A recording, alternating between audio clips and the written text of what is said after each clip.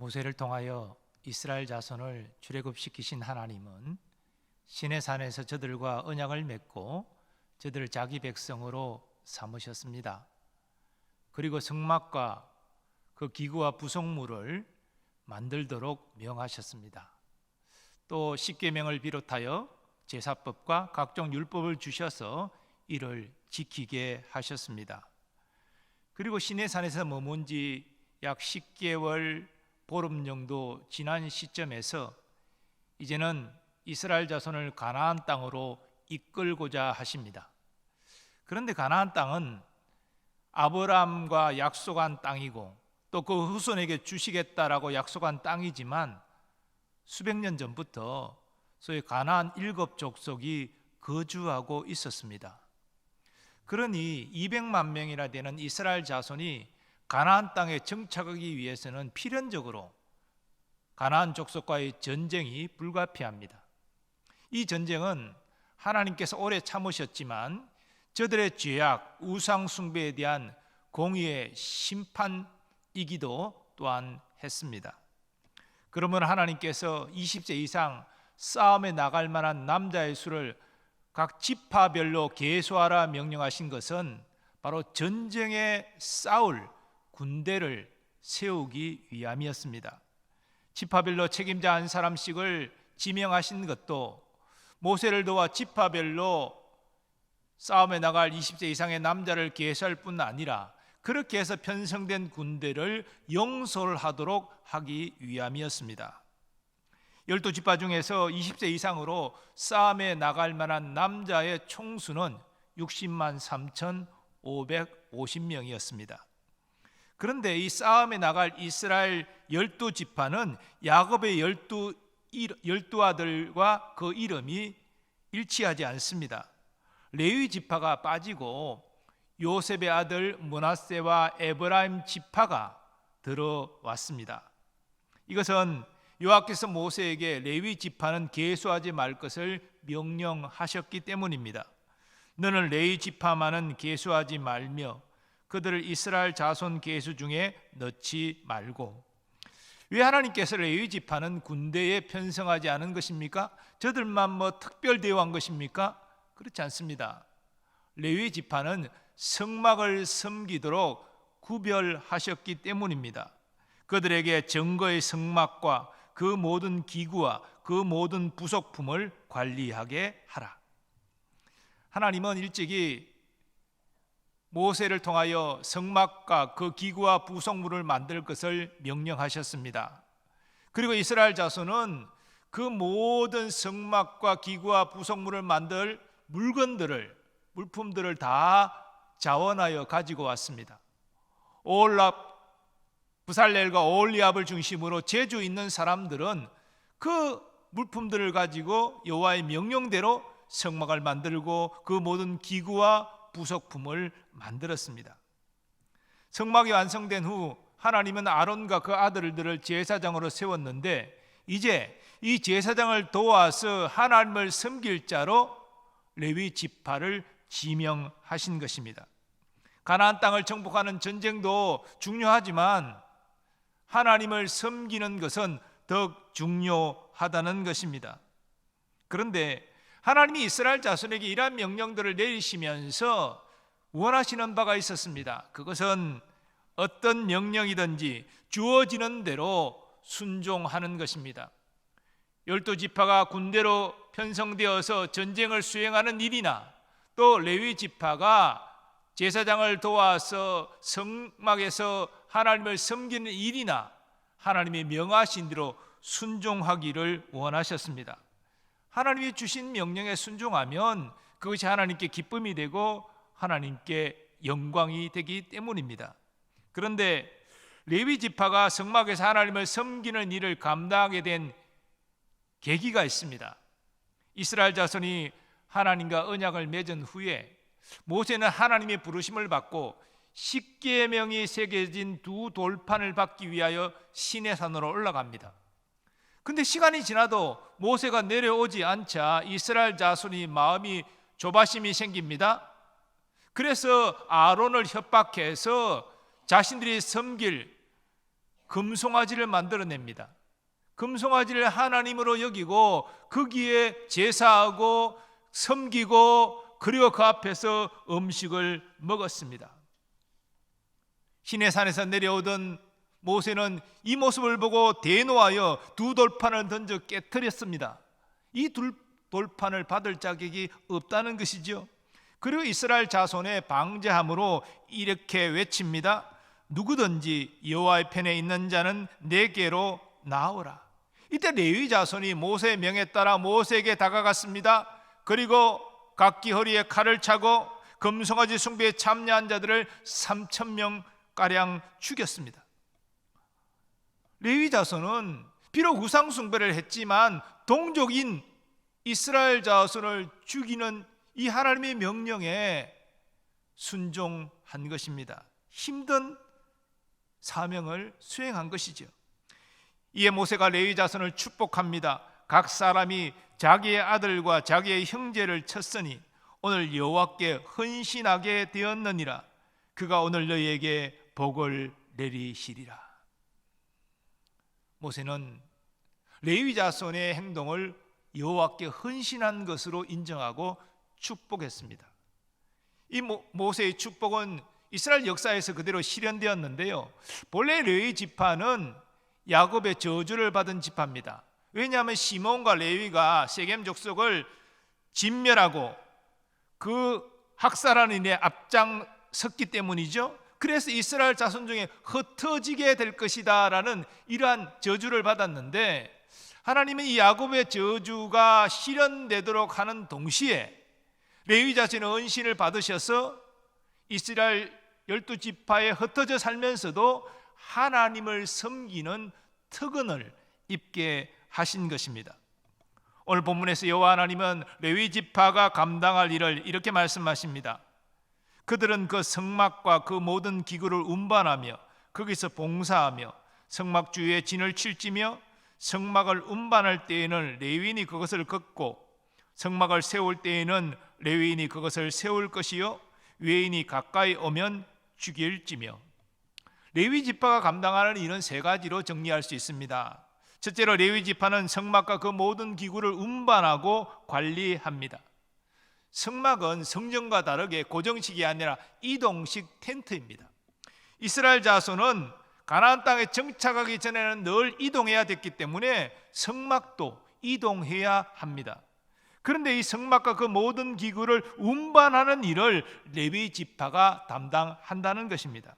더하여 레위 지파는 성막과 그 모든 기구들을 세심하게 돌보고 관리하는 일도 감당했습니다.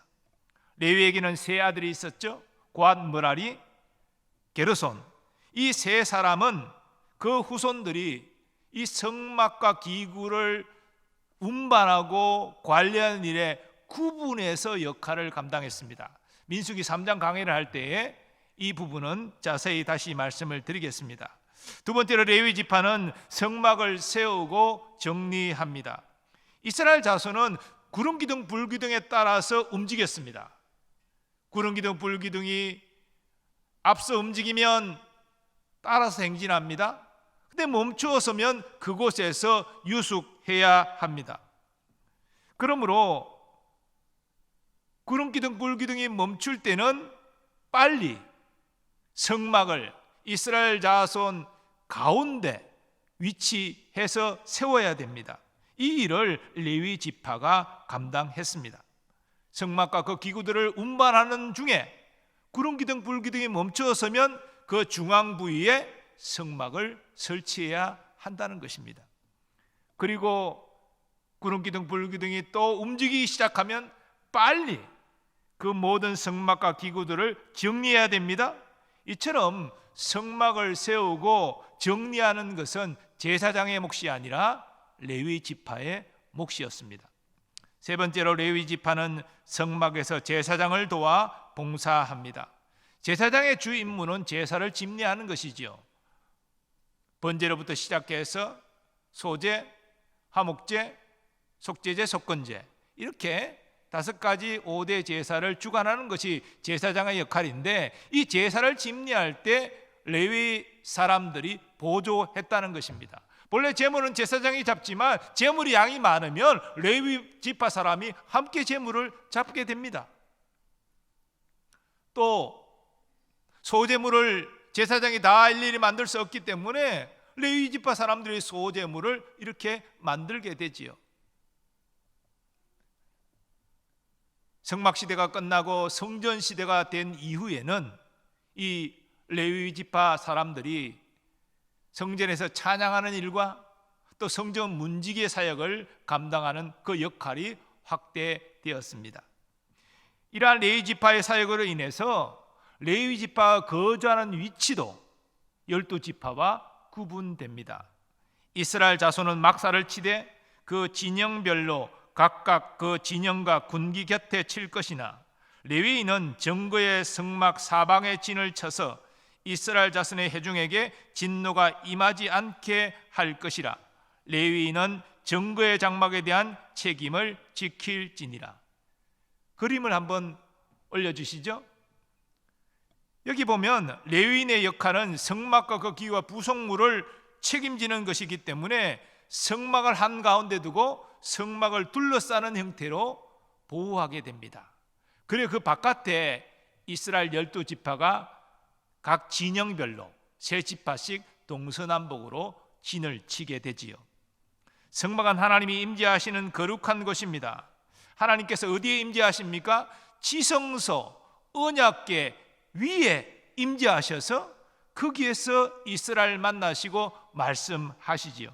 그러므로 성막은 진영 한가운데 있어야 됩니다. 그리고 모세와 아론 그리고 레위 지파가 그 성막을 둘러싸는 형태로 다른 외인이 가까이 하지 못하도록 막았습니다. 여기 외인이라는 말은 본래 이방인이라는 의미이지만 이스라엘 자손도 규례를 어기고 함부로 성막으로 침입하면 화를 당하게 됩니다. 사실 하나님은 거룩하신 분이시기 때문에 호기심에 의해서 함부로 거룩한 진을 침입할 때 진노하시게 되는 것이죠. 그래서 하나님이 계신 지성소에 들어가는 일도 대속죄일에 제사장이 모든 의복을 갖추고 희생의 속죄의 피를 가지고서만 들어갈 수 있었습니다. 그런데 이스라엘 자손의 규례를 어기고 함부로 성막에 침입하고 지성소로 난입하다가는 하나님이 진노하신다는 것이죠. 그래서 레위 지파가 성막을 이렇게 감싸면서 이스라엘 자손이라도 함부로 접근하지 못하도록 절차에 따라서 성막으로 출입하도록 그렇게 막고 있는 것입니다. 그러므로 레위 지파는 12지파 사람들이 호기심으로 하나님의 거룩함을 훼손하여 화를 당하지 않도록 막는 책임을 담당하였습니다. 이스라엘 자손은 군대를 편성하기 위한 인구조사를 여호와의 명대로 행하였습니다. 그래서 12지파가 20세 이상 싸움에 나갈 만한 남자의 수를 다 계수했지만 레위 지파는 계수하지 않았습니다. 이스라엘 자손이 그대로 행하되 여호와께서 모세에게 명령하신 대로 행하였더라. 여기 54절 말씀 보면 여호와께서 모세에게 명령하신 대로 행하였더라 이렇게 증거하고 있습니다. 그러니까 하나님께서 이스라엘 자손에게 직접 말씀하신 것이 아니라 모세에게 명령하셨고 모세가 그 말을 받아서 이스라엘 자손에게 전한 것입니다. 이렇게 된 데는 이유가 있습니다.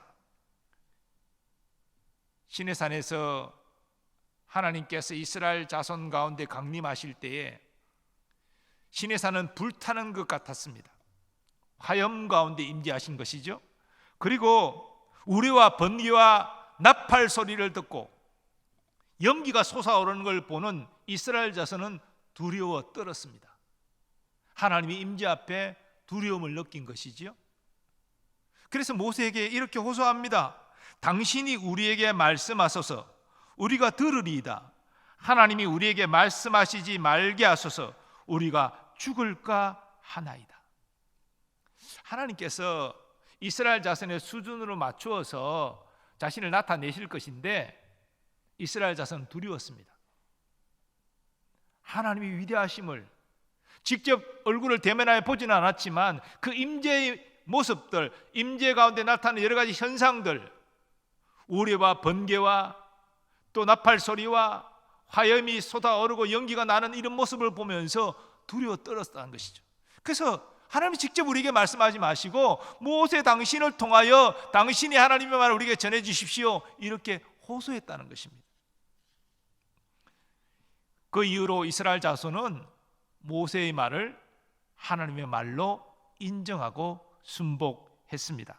그래서 12지파 사람들은 인구조사를 성실히 또 빠르게 수행했습니다.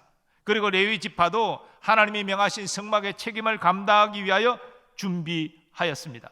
왜냐하면 이제 인구조사가 끝나고 군대 편성이 완료되면 이제는 행진해야 되잖아요. 가나안 땅으로 나아가야 되잖아요. 그러면 이동을 해야 되면 성막을 빨리 정리하고 그리고 운반해야 됩니다. 이걸 지금 준비해야 된다는 것이죠. 이것이 하나님의 명령이기 때문입니다.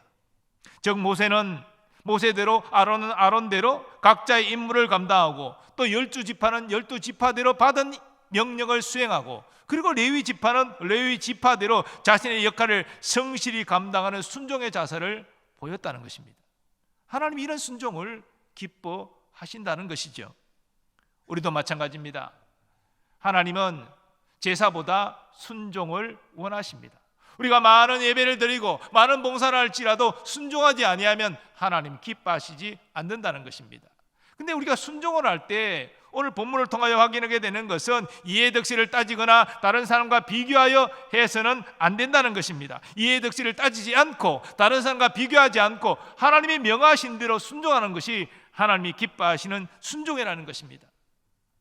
물론 그 과정에서 때로는 우리가 이해할 수 없는 명령을 받을 수도 있습니다.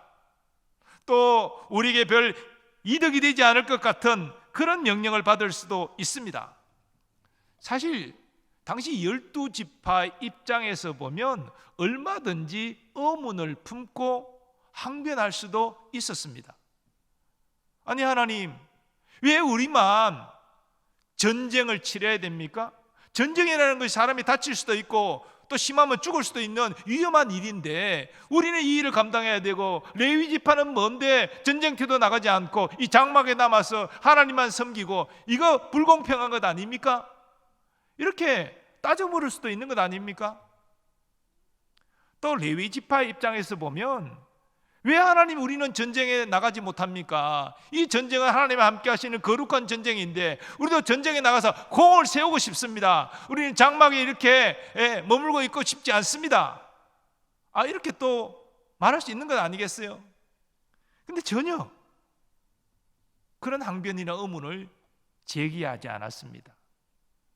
12지파는 12지파대로 하나님의 명령대로 인구조사를 하고 군대를 편성하고 그리고 가나안 땅을 향하여 나아갔고 레위 지파는 자기가 받은 역할대로 빨리 성막을 정리해서 각자 운반하고 그리고 또 행진하는 중에 멈추면 빨리 또 성막을 설치하고 이런 일을 수행을 했다는 것입니다. 무슨 명령이든 하나님이 명하신 대로 순종하면 하나님이 기쁨이 되고 또 하나님이 복 주심을 알았기 때문입니다. 우리도 마찬가지입니다. 주의를 하면서 우리는 무엇보다도 순종의 자세를 가져야 됩니다. 하나님의 뜻이 이것이라면, 이것이 분명하다면 내가 나의 생각을 내려놓고 순종하겠습니다. 내가 다른 사람과 비교하지 않고 순종하겠습니다. 왜 하나님 저 사람이는 저렇게 멋있는 일을 하게 하시고 나는 이렇게 인정받지도 못하고 드러나지도 않은 이런 힘든 일을 맡기셨습니까? 원망하고 불평하는 것이 아니라 하나님 내게 이런 일을 맡겨주셨사오니 감사합니다. 충성하는 것, 그것이 하나님이 기뻐하시는 순종이라는 것입니다. 그러므로 비교하지 말고 순종하시기 바랍니다. 때로는 이해되지 않을지라도 유익이 없어 보일지라도 하나님의 선하심과 신실하심을 신뢰하고 순종하시기 바랍니다. 그러면 하나님이 기뻐하시는 뜻을 이루게 될 것입니다. 하나님이 함께 하심을 경험하게 될 것입니다. 하나님의 복주심도 누리게 될 것입니다. 자, 그런데 우리가 이스라엘 역사 가운데 또 우리의 모습과 비추어서 또 유의해야 될 한 가지는 자, 이렇게 군대를 편성하고 또 레위 지파 인물을 따로 하나님이 주시고 이렇게 해서 가나안을 향하여 나아가는 이 과정 가운데 이스라엘 자손이 서로를 비교하지 않고 원망불평하지 않고 즉각 순종한 모습을 보였는데, 정작 가나안 땅에 들어가기 직전에는 불순종하는 태도로 바뀌었다는 것입니다.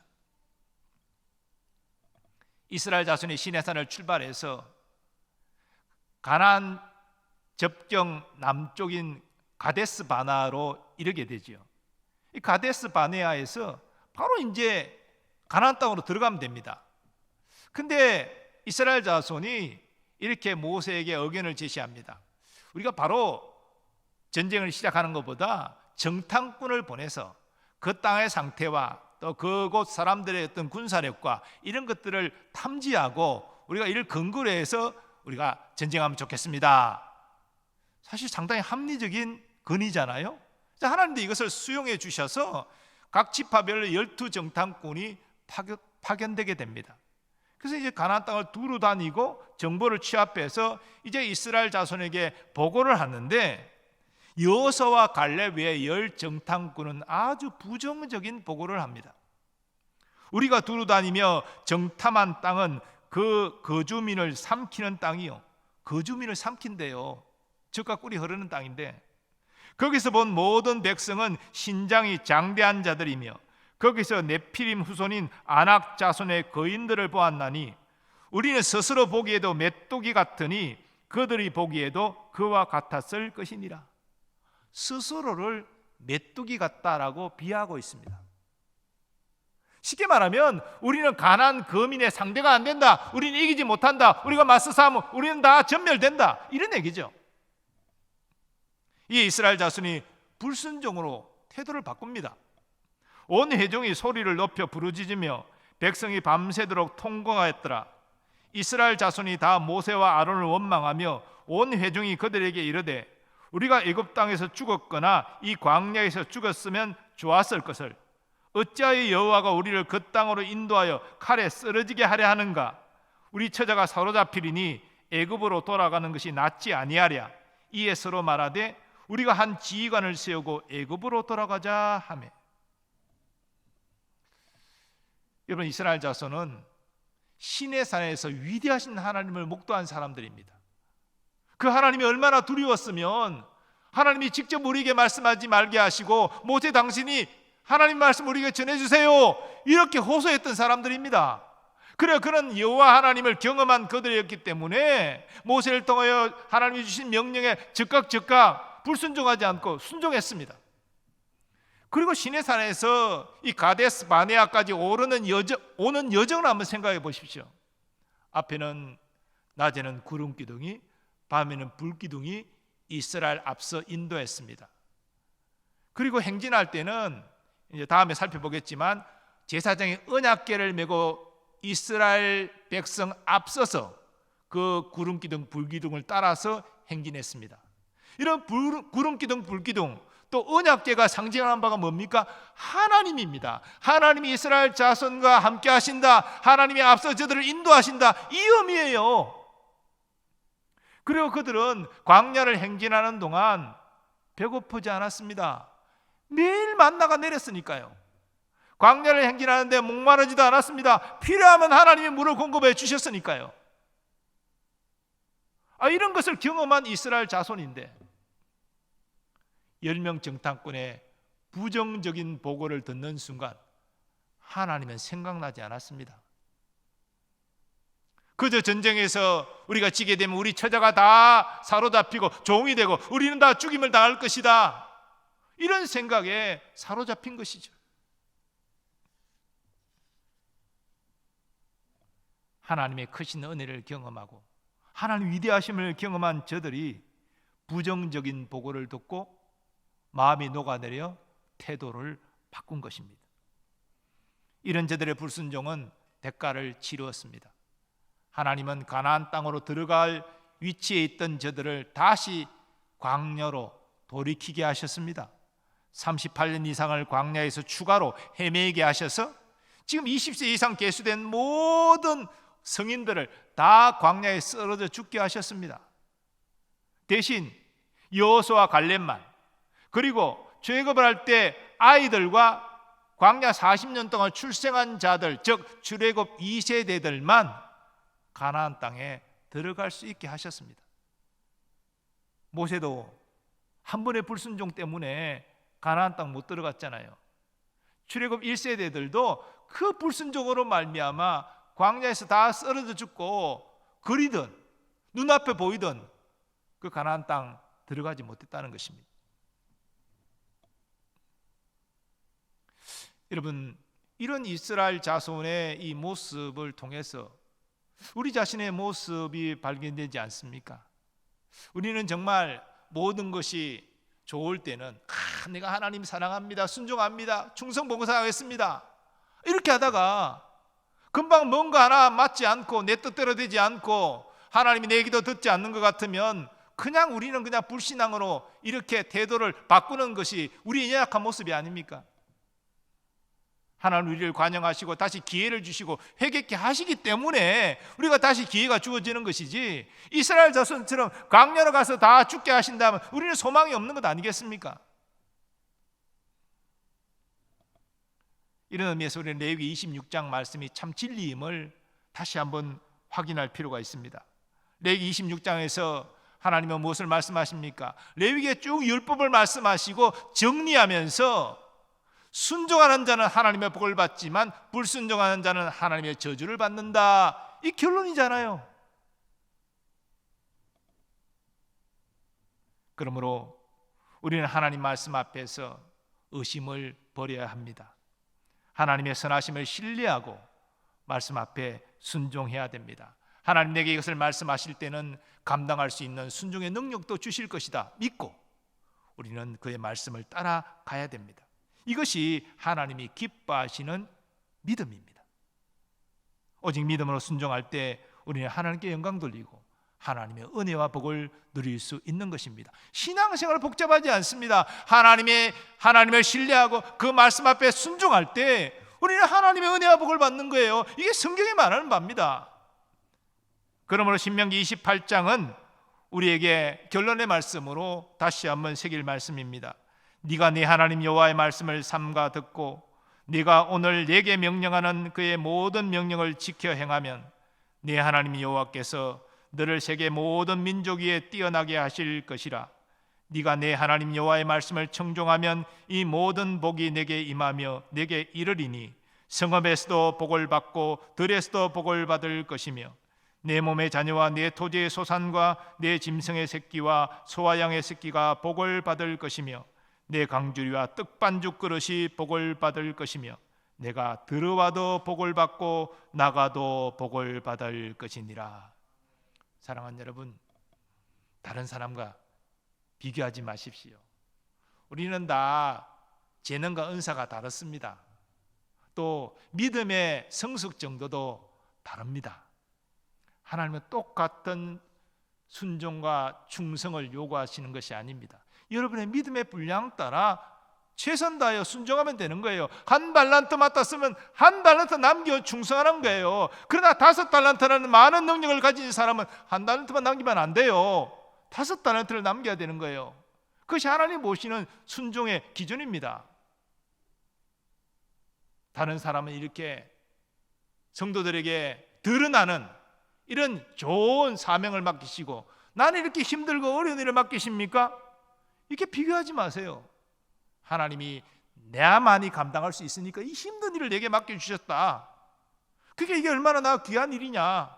다른 사람은 할 수 없고 나만이 할 수 있으니까 이 어려운 일을 내게 맡겨주셨구나. 이게 순종하는 거예요. 요즘 보면은 교회에서 점점 힘든 사역들을 안 하려고 합니다. 주방에 가서 봉사하는 일들 안 하려고 해요. 구역장 힘들다가 안 하려고 그래요. 주차 봉사도 힘든 일들 중에 하나죠. 잘 안 하려고 그래요. 그냥 폼 나는 거, 사람들의 눈에 띄는 거, 쉬운 거, 이런 걸 자꾸 하려고 그래요. 쉬운 일은 누구나 할 수 있습니다. 폼 나는 거 누구나 할 수 있어요. 힘든 일은 누구나 못해요. 그래서 힘든 일을 하는 사람 하는 귀하게 보는 거예요. 네가 충성되구나. 네가 다른 사람 외면하는 이 힘든 일을 네가 감당하고 있구나. 하나님 기억하시는 것이죠. 우리의 마음을 낮추고 주님이 주신 사명인 줄 알고 충성할 때 하나님이 지켜보시는 것입니다. 여러분, 그것이면 우리가 만족할 수 있지 않습니까? 다른 사람 몰라줘도 하나님이 나를 아시고 내 마음에 이렇게 하나님이 기쁨을 주시고 감사함을 주시고, 이게 복이 아니겠습니까? 그럼 하나님이 내 인생을 책임지시고요, 내가 주를 위하여 일하면 주님이 나를 위하여 일하신다니까. 이게 영적인 원리예요. 내가 하나님을 기쁘시게 하면 하나님이 나를 기쁘게 하신다니까요. 이 세상 가장 복이 뭡니까? 하나님이 나를 위하여 일하시는 것 아니겠습니까? 어떤 자에게 그런 복을 내리세요? 다른 사람 비교하지 않고 힘든 일, 어려운 일일지라도 하나님 내게 주신 일에 집중하여 충성하는 사람, 그 사람을 귀하게 여기고 기쁘게 여기시고 그를 위해 하나님이 일하시는 것입니다. 이것은 우리 목회자도 마찬가지예요. 목회를 쉽게 하려고 그러면요, 하나님이 주신 은혜가 별로 없어요. 힘든 일을 그래도 하나님이 내게 일을 맡기셨구나, 그 일을 충성되게 할 때 하나님이 그것을 기억하시는 것입니다.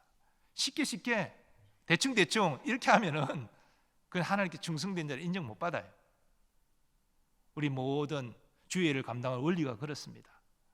하나님 내게 주신 일을 알고 다른 사람과 비교하지 말고 하나님 내게 이 일을 주셨사오니 내가 순종하겠나이다, 이런 성실함으로 순종하는, 그래서 하나님을 기쁘시게 하는 여러분 되시기를 바랍니다. 우리의 인생의 결론은 주님 앞에 서는 날 결정되잖아요. 주님이 우리를 어떻게 인정해 주실까? 우리 일생을 돌아보시고 벌써 하나님은 지금 정리하고 계시는데 주님 앞에 섰을 때 우리가 악하고 게으른 종이라 이런 책망받아야 되겠습니까? 착하고 충성된 종이라 칭찬 드려야 되지 않겠습니까? 주님 주신 명령에 순종하는 자, 다른 사람과 비교하지 않고 내게 주신 어려운 일도 하나님이 내게 주신 일이라 믿고 순종할 때에 착하고 충성된 종이라 칭찬 듣게 될 줄 믿습니다. 뿐만 아니라 이 땅 살아갈 때도 하나님과 나만 아는 은밀한 이 기쁨을 느낄 수가 있어요. 하나님께서 인정해 주시면요, 비록 내가 힘들게 살아갔다 할지라도 하나님 주신 기쁨이 있어요. 여러분 다 그런 경험들 한 번쯤 있을 거예요. 내가 이 일을 정말 힘들고 몸은 고되지만 그래도 하나님이 내게 주신 일이니까, 사명이니까 충성되게 성실하게 사람 눈치 보지 않고 열심히 했을 때 결과를 떠나서 하나님 여러분의 마음에 주는 만족과 기쁨이 있지 않습니까? 그것이 뭡니까? 하나님 여러분의 충성됨을 인정하신 거예요. 그래서 마음에 이 기쁨을 주시는 것이죠. 주의 일을 하면서 기쁘게 즐거움을 하는 것이 얼마나 중요한지 모릅니다. 많은 사람이 교회에서 이것저것 봉사하는데요, 기쁨이 없어요. 기쁨이 없다는 것은요, 하나님이 인정하지 않는다는 거예요. 정말 충성되게 하는 사람에게는 기쁨이 있습니다.